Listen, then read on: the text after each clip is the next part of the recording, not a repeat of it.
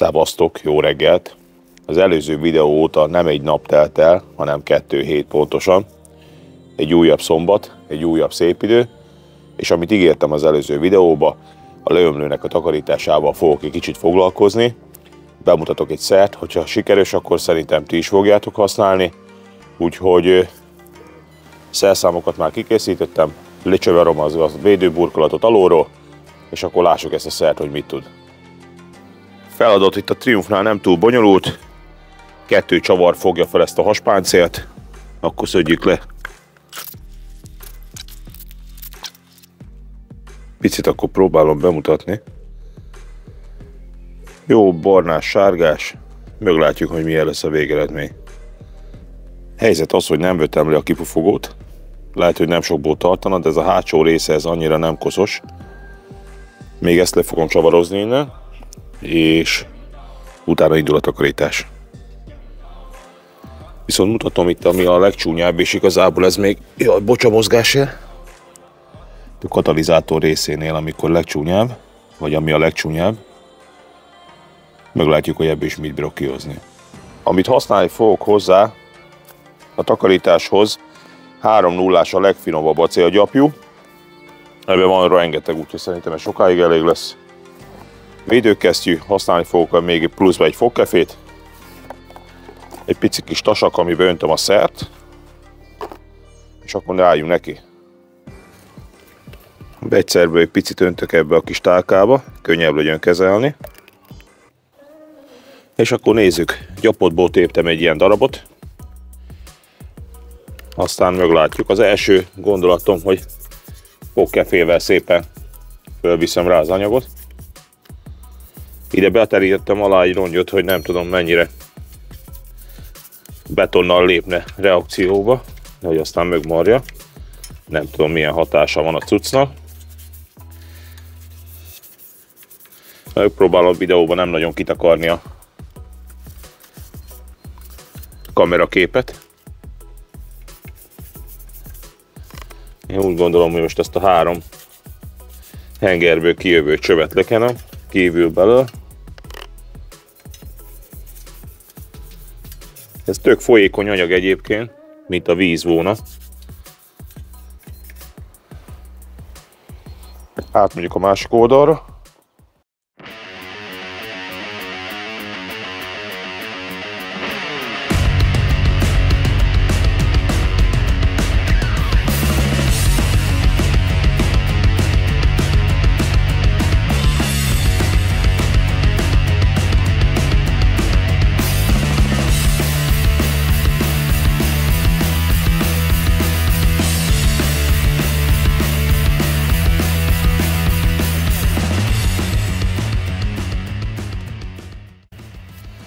Ami tuti, nagyon takarít, viszont a kipufogó benne lévő, szerintem ez az anyagban van benne, ezt nem fogja levinni, ezt a tarkaságot. Viszont a felületéről azt a barnaságot, vörösséget, az szenzációsan.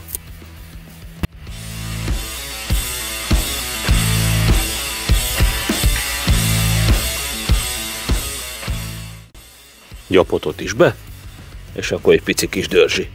Szerintem fontos egyébként, hogy a legfinomabb gyapottal dolgozatok, hogy ne karistolja nagyon.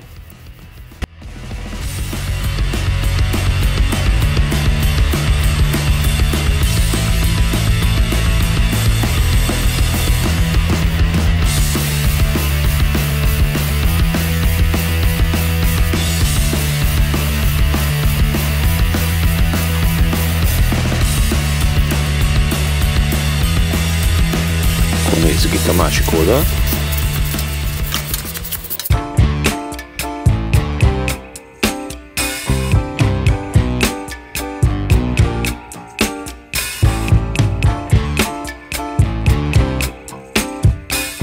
Nézzük ezt a hátsó részt.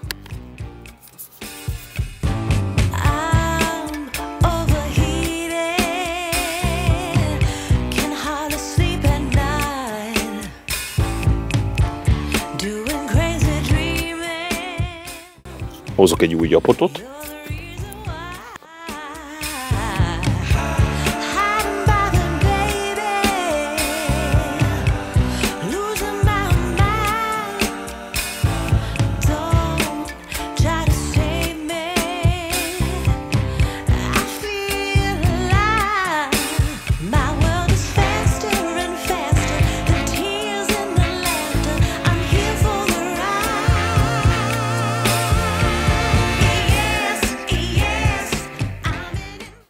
Erre már azt döntöttem, hogy nem is használom a kefét, mert ez annyira nem koszos, belemártom ide az anyagba.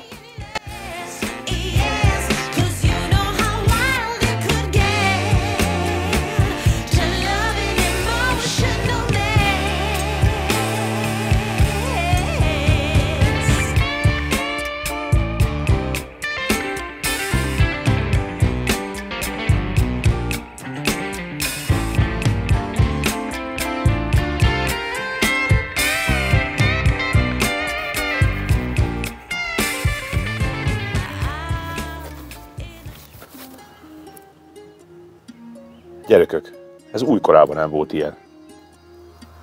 Nézzétek! Brutális jó.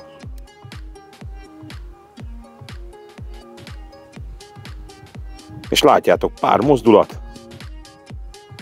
Szenzációs a szer. Hát nézd meg, mintha új volna.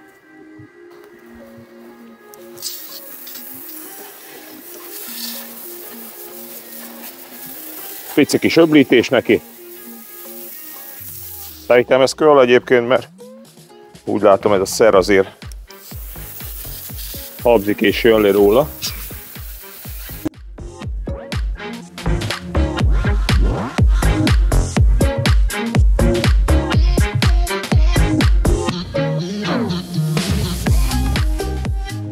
És akkor srácok, a végeredmény mosás után, mikor kicsit felszáradt a lömlő.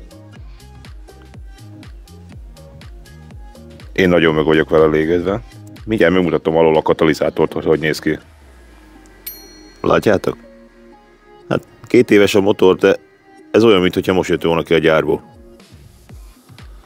De végig a csövek.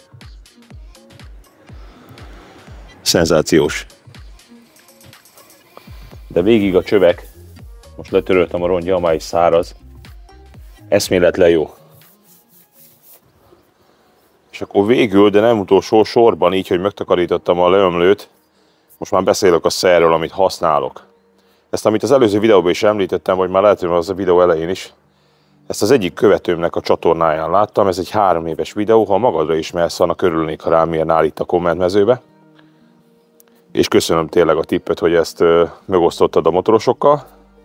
A termék, gyerekek, nem más, mint a Brillance Öko réz- és fémtisztító szer. Mutatom. Ez így néz ki a cucc. Most már ez öko, ez 250 millis kiszerelésbe kapható.